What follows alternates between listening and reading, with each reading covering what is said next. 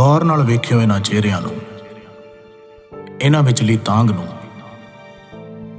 दुनिया विच किते भी, चाहे कोई कुदरती आफत होवे या इंसानी शरारत, ये पहुंच ही जाते ने ते घरे कह के आउंदे ने इंतजार ना करियो, ते तुसीं भावें इन्हां ते इतबार ना करियो, पर ये करनगे, थोड़े लई लड़नगे, तुहाडी मौत तुहाडे तो मूहरे होके मरनगे। इन्हां नूं फिक्र नहीं कि किहड़ी सज़ा होवेगी,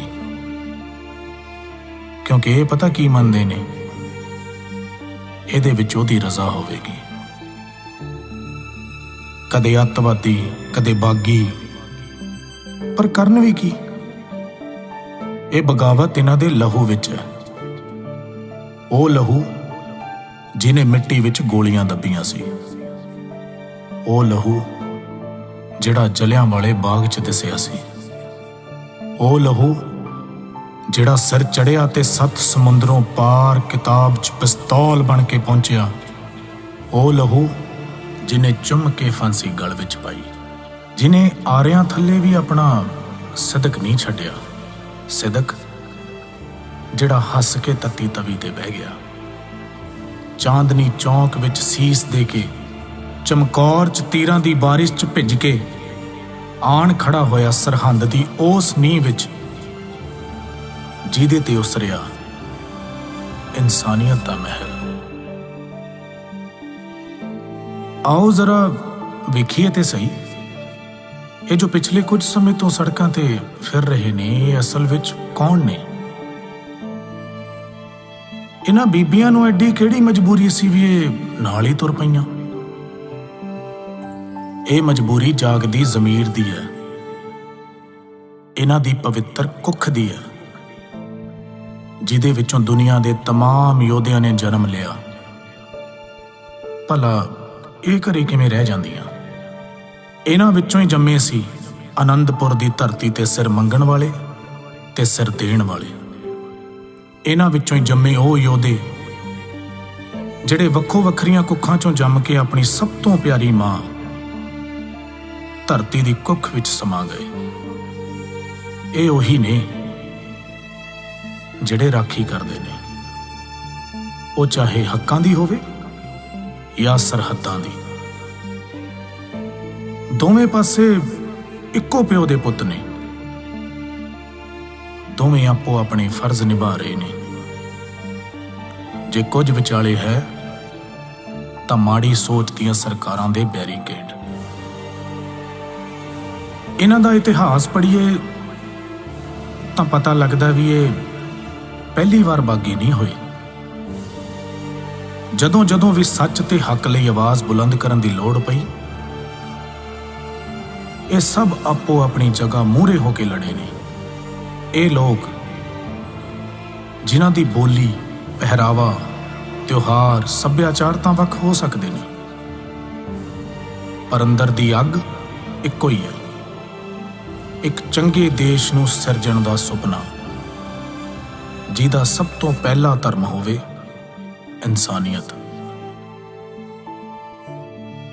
ये उही ने जिहड़े मौत नूं मूहरे वेख के हस हस के जयकारे छड्डदे ने। गोरे तां इस देश विचों चले गए, पर अपनी सोच इन्हां कुर्सियां दे किते आले दुआले ही छड्ड गए। जिन्हां ते बैठण वाले चेहरे तां बदलदे ने, पर लोकां नूं वंड के राज करन दी माड़ी नीत नहीं बदलदी। पर एक किहो जिहे लोक ने जिहड़े इस वंड नूं समय समय ते गुलामी तो फड़ लैंदे ने।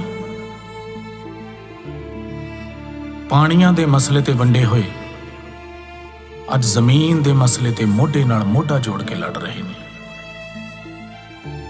इन्हां दे मत्थे दियां इन्हां सतरां विच तवारीख लिखी गई है। इन्हां नूं सिर्फ त्योड़ियां समझण दी गलती ना करियो। इन्हां अखां ने हत्थीं तैयार करके पुत्तां नूं मौत दी जंज चाढ़िया। ਉਹ ਅੱਖਾਂ जिन्हां ने आज़ादी दे सुपने वेखे, ਜਿਹੜੀਆਂ दंग रह गईयां ਜਦੋਂ ਟਾਹਲੀ ਦੀਆਂ ਚਮਕਦਾਰ ਕੁਰਸੀਆਂ ਤੇ ਬੈਠੇ ਮਖਮਲ ਦੇ ਕੁੜਤਿਆਂ ਨੇ ਆਜ਼ਾਦੀ ਦੇ ਨਾਮ ਉੱਜੜ ਜਾਣ ਦਾ ਸ਼ਾਹੀ ਫਰਮਾਨ ਦੇ ਛੱਡਿਆ।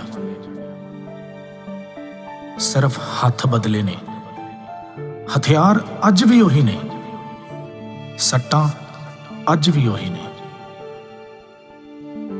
ਪਰ ਇਹਨਾਂ ਭਲੇ ਮਾਨਸਾਂ ਨੇ ਉੱਜੜ ਕੇ ਵੀ ਪਤਾ ਕੀ ਕਿਹਾ? ਨਾਨਕ ਨਾਮ ਚੜ੍ਹਦੀ ਕਲਾ, ਤੇਰੇ ਭਾਣੇ ਸਰਬੱਤ ਦਾ ਭਲਾ। आप रूप अमीक अन उस्त तेग बरकत गर्भ गन सरपन्न आप रूप अतुत अगीन भंगनात्मिक। ਮਾਲਕ ਦੇ ਭਾਣੇ ਨੂੰ ਸਭ ਤੋਂ ਜ਼ਿਆਦਾ ਮੰਨਣ ਵਾਲੇ ਕਿਸਾਨ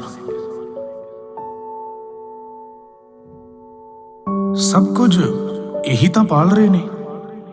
ਇਹਨਾਂ ਫਸਲਾਂ ਨੂੰ, ਤੁਹਾਡੀਆਂ ਨਸਲਾਂ ਨੂੰ, ਗਰੀਬੀ ਨਾਲ ਮਰ ਰਹੇ ਆਮ ਇਨਸਾਨ ਨੂੰ, ਭ੍ਰਿਸ਼ਟਾਚਾਰ ਨਾਲ ਵਧੇ ਹੋਏ ਢਿੱਡ ਨੂੰ, ਈਮਾਨ ਨੂੰ, ਬੇਈਮਾਨ ਨੂੰ, ਇਨਸਾਨ ਨੂੰ, ਸ਼ੈਤਾਨ ਨੂੰ, ਬੇਜ਼ੁਬਾਨ ਨੂੰ, ਹਿੰਦੂ, ਸਿੱਖ, ਈਸਾਈ, ਮੁਸਲਮਾਨ ਨੂੰ, ਸਭ ਕੁਝ ਇਹੀ ਤਾਂ ਪਾਲ ਰਹੇ ਨੇ। ਇਸੇ ਲਈ ਤਾਂ ਇਹਨਾਂ ਨੂੰ ਅੰਨਦਾਤਾ ਕਹਿੰਦੇ ਨੇ।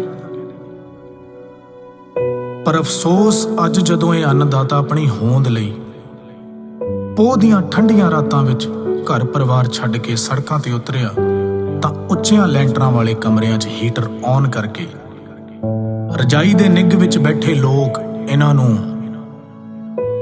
ਅੱਤਵਾਦੀ ਕਹਿ ਰਹੇ ਨੇ। ਜੇ ਆਪਣੀ ਆਜ਼ਾਦੀ, ਇਨਸਾਨੀਅਤ ਤੇ ਸਰਬੱਤ ਦੇ ਭਲੇ ਦੀ ਗੱਲ ਕਰਨਾ ਅੱਤਵਾਦੀ ਹੋਣਾ ਹੈ ਤਾਂ ਮਾਫ ਕਰਨਾ, ਪਰ ਕੋਸ਼ਿਸ਼ ਕਰਿਓ ਵੀ ਏਦਾਂ ਦੇ ਅੱਤਵਾਦੀ ਬਣ ਸਕੀਏ ਜਿਹੜੇ ਮਾਰਦੇ ਨੇ ਦਿਲਾਂ ਦੀ ਨਫ਼ਰਤ ਨੂੰ, ਉੱਚੇ ਨੀਵੇਂ ਦੇ ਫਰਕ ਨੂੰ, ਗਰੀਬ ਤੇ ਅਮੀਰ ਦੇ ਵਿਚਕਾਰ ਦੇ ਫਾਸਲੇ ਨੂੰ। ਸੱਚ, ਮਰਨ ਤੋਂ ਯਾਦ ਆਇਆ, ਮੌਤ ਸਿਰਫ ਸਰੀਰਾਂ ਦੀ ਨਹੀਂ ਹੁੰਦੀ। ਸ਼ੀਸ਼ੇ ਮੂਹਰੇ ਖੜ ਕੇ ਅੱਖਾਂ ਵਿੱਚ ਅੱਖਾਂ ਪਾ ਕੇ ਵੇਖਿਓ, ਕਿਤੇ ਅੰਦਰ ਕੁਝ ਮਰਿਆ ਤਾਂ ਨਹੀਂ ਹੋਇਆ।